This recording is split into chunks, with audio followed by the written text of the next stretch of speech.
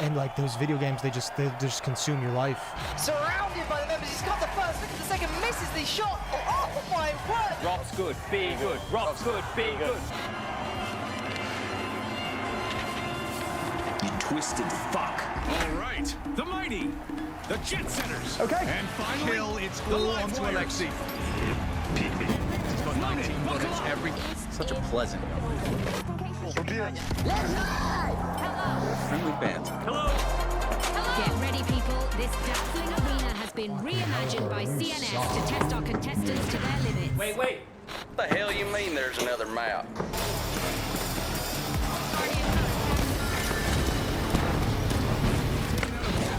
mighty. I ask you for one thing.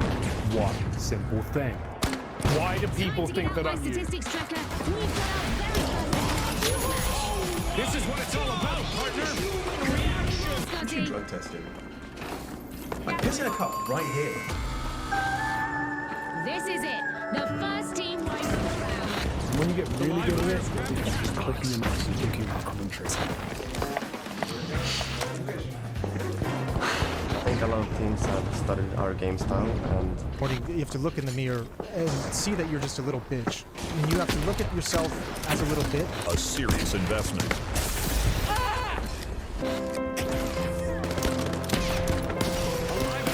The live wires have started our first cash Pleasure out. meeting you. Gas line deployed.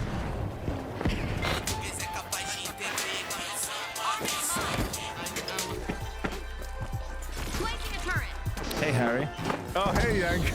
This is such an intense opener. you wanna tell people what we're doing here? Sure thing. I believe Watch out, over there. that me What is and it? Hugo gonna learn today, and we're gonna learn from arguably the smartest man in the building, Yanko Panovich. Yeah, no pressure. Just Yeah. So what we're gonna do is basically just talk about, because Harry found one conversation so interesting where we just started talking about the map and what are the first things you need to worry about when you start playing, whether you're on the CT side, the T side. So we have MIBR G2 coming up. One of the maps could be, doesn't have to be. Mirage could be G2's pick, maybe not. Definitely MIBR is gonna pick Anubis. I don't want to talk about that. So Mirage it is today. And unlike some other maps, that's a map where at the beginning of the round there's not really Another tumble for the a mighty. ton of Team things wiped. to worry about if you're on the CT side, right? Something that's even uncommon these days is if the T's throw the fast stairs and bench smokes, right? And they want to go for some sort of an A rush, but we don't see that too much. Usually every single round is being opened by some combination of mid smokes, window, top mid, con, whatever the teams want to do, and then after that it comes down to the CTs. Like, you need to have a call at the beginning of the round, right? Like, when you get out of CT spawn in this round, are you gonna fight for mid? Are you not going to fight for mid? You need to have an approach in that sense. There's different ways to do it. Teams do it in different ways, whether they're going to send, the A anchor instead of playing ticket. He might be more towards stairs with the connector guy, window, short. Even the B player can come towards short, or he could be the one flashing, or the A player could be the one flashing. You molly under window, right? We see the molly behind boxes as well. All these different combinations. At that point, you want to fight for mid. You want to break the default. You want to sort of make something happen there and then play the round from that point on.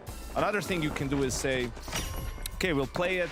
If we see that they're coming, we'll give them mid, and then you have an answer of different sorts. You attack the extremities, right? Maybe you do a delayed push into A apps, or something that we used to do is, if you know that they mostly play with one player towards A, you can push apps and ramp at the same time.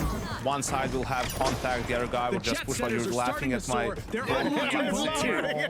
Hey man, that's because I've been using this map. Yeah. Other thing you can do, which actually I think people, this is underused, to at least throw the deep B app smoke, because that will at least simulate that you want to take it, and they will be worried about it. Maybe it will prevent them from going B late or doing a B split late.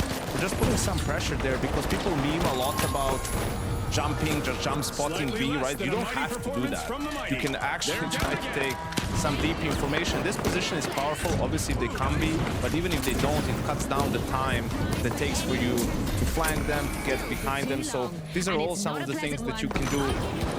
As well as the vent area, you don't need to break the vents. You don't need to go window at the start. If you want to give them mid, you know, you can play with the AWP all the way up to the default box, take AFs, play somewhere a little bit more closer to the sides, and then just react in the mid round. CT side on Mirage, a lot of it is just reacting in the mid round. You can't be static.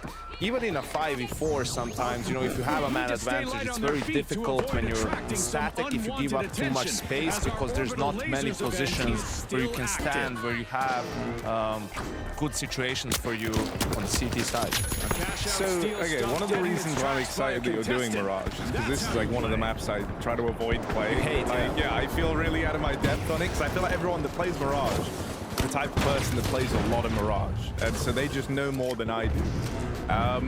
If I'm like one of these, if I'm like the A site anchor, as in I'm like the last guy leaving it, what should I be looking out for at the top of the round? So I should be the guy, say we were like trying to take mid, I should be the one flashing in some of these situations. Yeah, you throw the pre-flash from tickets usually, right? Like if you want to go for some sort of a quick peek, it's a bit difficult because depending on who you play, this is where the prep comes in. Do they like to put some early pressure? A guy trying to sneak out. We see Nico, for example, sneak out into this corner right here a lot in some of their recent games, so you need to be wary of that. In one sense of the word, a lot of it depends on whether you're fighting or not, right? If you're fighting, then you're mostly going to be somewhere playing retake. If you're not, then maybe you're going to be playing Shadow, you're going to be somewhere a bit deeper, have a crossfire with some of your teammates, right? They can flash over for you if people are coming out ramp.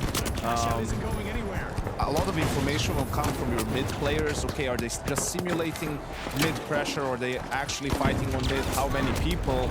Because then, okay, if they're just simulating it, you know, you have teams trying to go out apps sometimes based off the timing. Then it depends on, is your con player, is he going to use his smoke or a molly for that to block it? Trying to just delay some of those timings, right? Because eventually this smoke will clear